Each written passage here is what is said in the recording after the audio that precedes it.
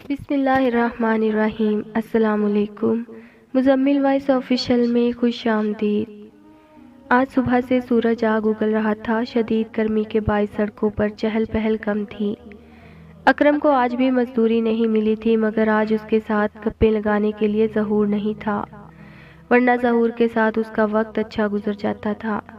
مزدور طبقہ تھا، ہوائی روزی تھی، کبھی ایک دن، کبھی ہفتے کی، کبھی مہینہ، اور اگر نہ ملی تو کئی ہفتے نہ ملتی۔ کچھ دیر تو اکرم سڑک کے کنارے بیٹھا رہا، مگر آج تو سورج کی تماز سے جھلسائی جا رہی تھی۔ اکرم نے سوچا گھر جائے، اماں کی جھڑکیاں تو ملیں گی، مگر کم از کم اس تپش سے تو بچے گا۔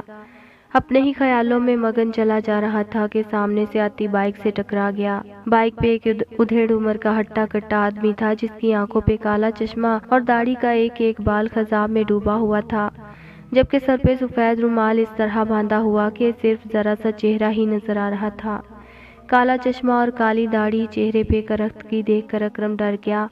فوراً ہاتھ جوڑ کر، صاحب جی دھیان نہیں تھا، معاف کر دو۔ داڑھی والے نے اس کا پورے سے نیچے تک جائزہ لیا اور بولا، تم کون ہو؟ مزدور ہو؟ اکرم نے ہاں کہتے ہوئے سر ہلایا اور بولا، صاحب جی اصل میں آج دہاڑی نہیں لگی تو کچھ پریشان تھا، اس لیے بے دھیانی میں آپ سے ٹکر ہو گئی، مجھے معاف کر دو۔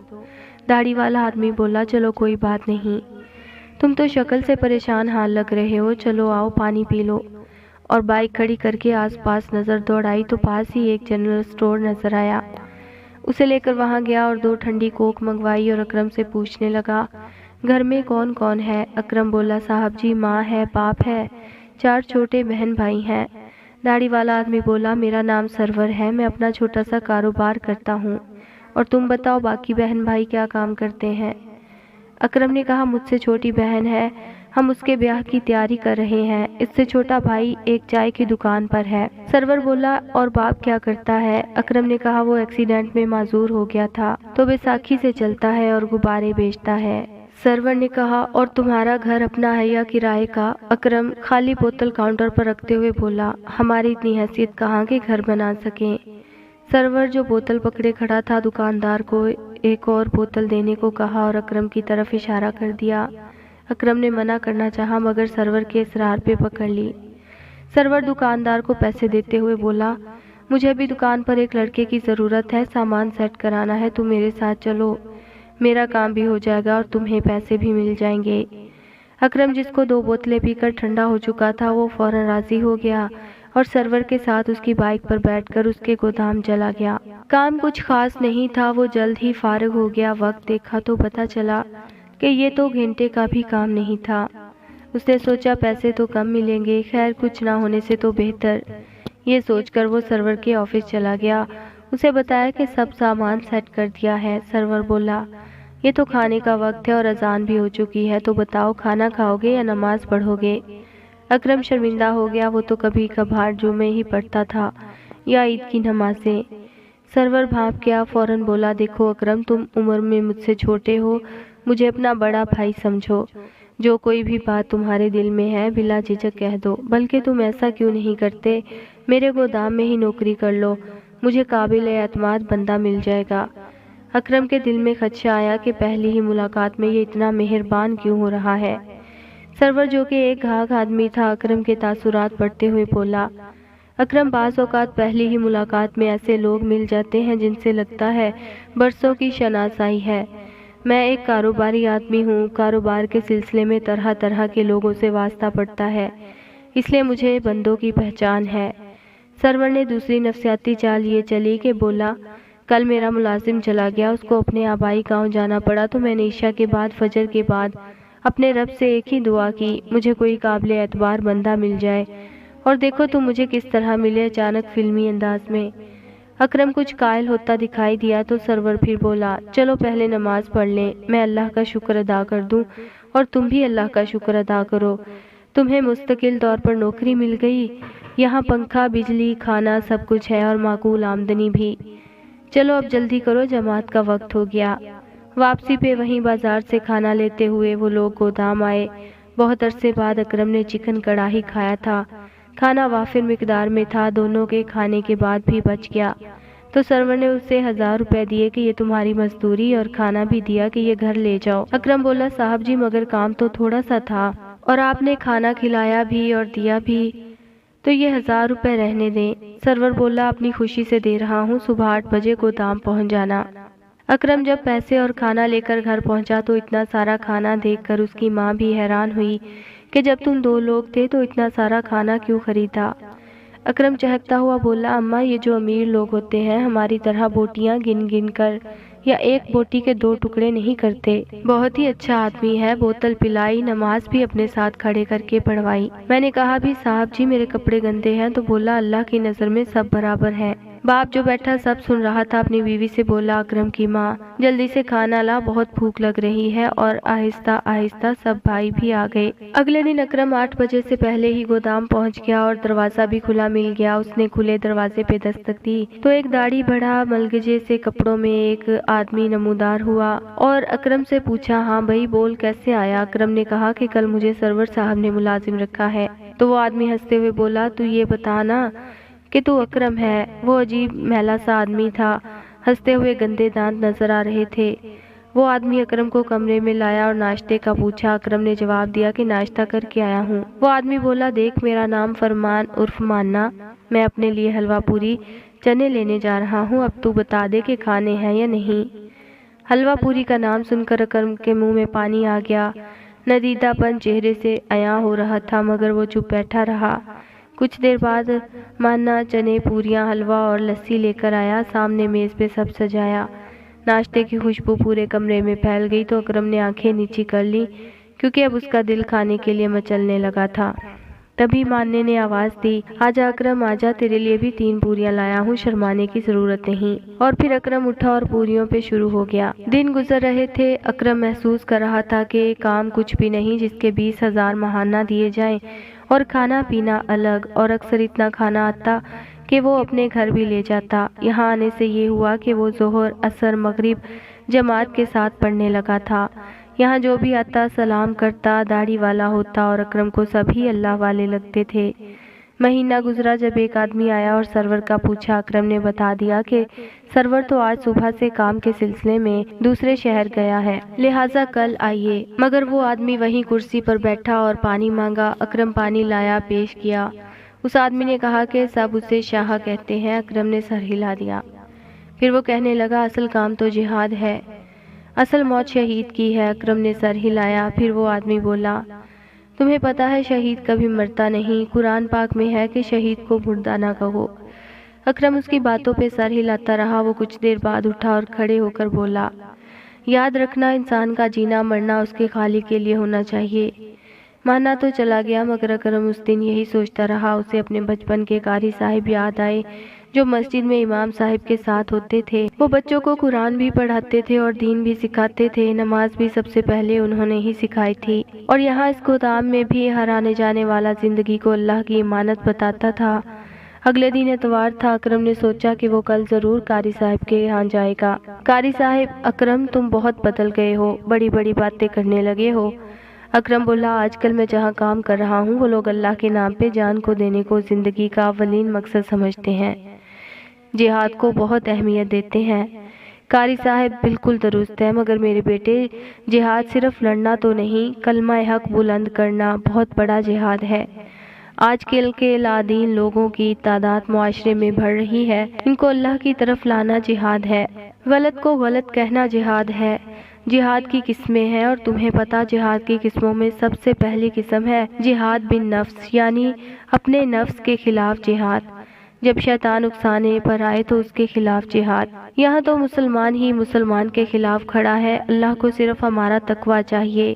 اب تو ہر ملک کی آرمی ہے، اس لیے اسلام کی اشاعت، اسلام کا فروغ ضروری ہے۔ اچھا سچا مسلمان بننا، باعمل مسلمان بننا ضروری ہے۔ اکرم قاری صاحب اگر میں داڑھی رکھ لوں تو قاری صاحب تم کیوں داڑھی رکھنا چاہتے ہو؟ اکرم آپ کی بھی داڑھی ہے اور میرے ساتھ جتنے بھی لوگ ہیں سب کی داڑھی ہے، داڑھی والے کی عزت زیادہ ہوتی ہے۔ قاری صاحب ہنستے ہوئے اس لیے داڑھی رکھنی ہے؟ داڑھی تو یہودی بھی رکھتے ہیں اور عیسائی بھی، کیا مسلمان ان کی بات کا یقین کرتے ہیں؟ جبکہ ان کا مذہب ہم سے پہلے کا ہے۔ اکرم سوچ میں پڑ گیا کہ کیا جواب دے۔ سرور تو کہتا ہے داڑھی والے کی بات پہ دنیا جلدی یقین کرتی ہے۔ ابھی وہ سوچ میں گم تھا جب قاری صاحب دوبارہ سے شروع ہوئے، بیٹا داڑھی رکھو کہ اللہ کے حبیب کی داڑھی تھی، عشق نبی صلی اللہ علیہ وسلم میں داڑھی رکھو، سنت نبوی میں داڑھی رکھو، خاتم النبیین کی محبت میں داڑھی رکھو۔ دیکھو بیٹا اپنی نیت تو ٹھیک ہونی چاہیے نا، اللہ کی خوشنودی اسی میں ہے کہ اس کے محبوب کی پیروی کی جائے۔ چلو بیٹا اب میرے آرام کا وقت ہو گیا، آتے جاتے رہنا۔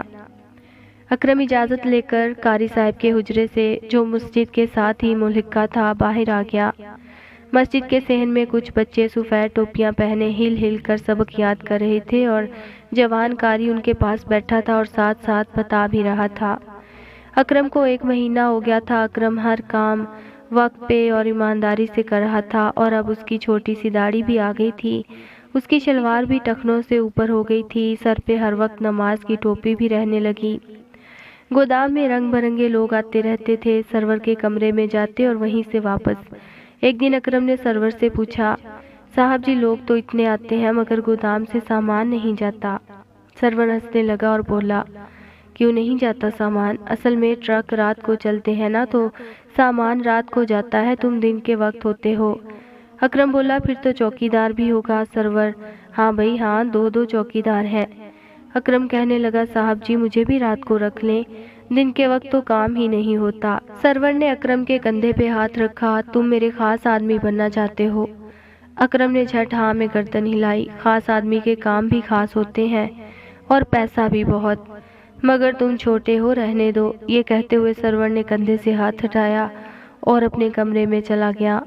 اکرم سوچوں میں گم ہو گیا، اس کے ذہن میں اپنی چھوٹی بہن کی شادی آ گئی، خاص کام، زیادہ پیسے۔ کچھ دیر بعد جب سرور کمرے سے باہر آیا تو اکرم جلدی سے کھڑا ہوا اور بولا، صاحب جی عمر میں چھوٹا ہوں مگر آپ کا وفادار رہوں گا، مجھے اپنا خاص آدمی بنا لیں، مجھے پیسوں کی ضرورت ہے۔ سرور نے اس کو اوپر سے نیچے تک دیکھا اور بولا، سوچ لو پھر جواب دینا، ذمہ داری بڑھ جائے گی، اور باہر نکل گیا۔ 2 دن تک اس موضوع پر کوئی بات نہ ہوئی۔ اگلے دن اتوار تھا، اکرم گھر پہ ہی تھا۔ اکرم کی ماں بولی، تیری بہن نوری کے سسرال والے آنا چاہتے ہیں۔ اکرم، تو اماں آنے دو۔ اماں نے ہنستے ہوئے کہا، ارے بے وقوف، وہ شادی کی تاریخ لینے آ رہے ہیں۔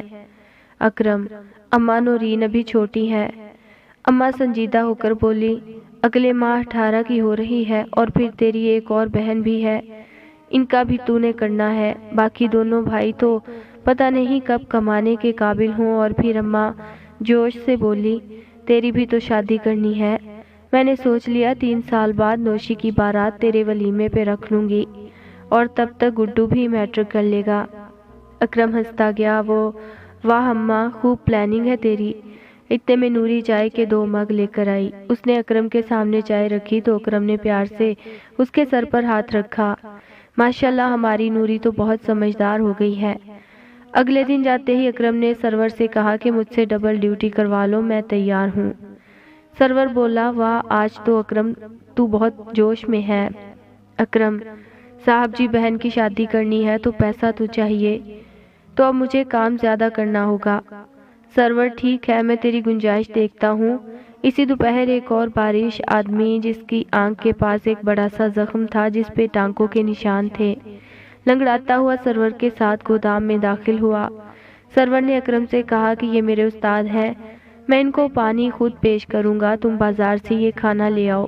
لسٹ پہ کافی چیزیں تھی۔ جب اکرم واپس آیا تو وہ دونوں آفس میں بیٹھے تھے۔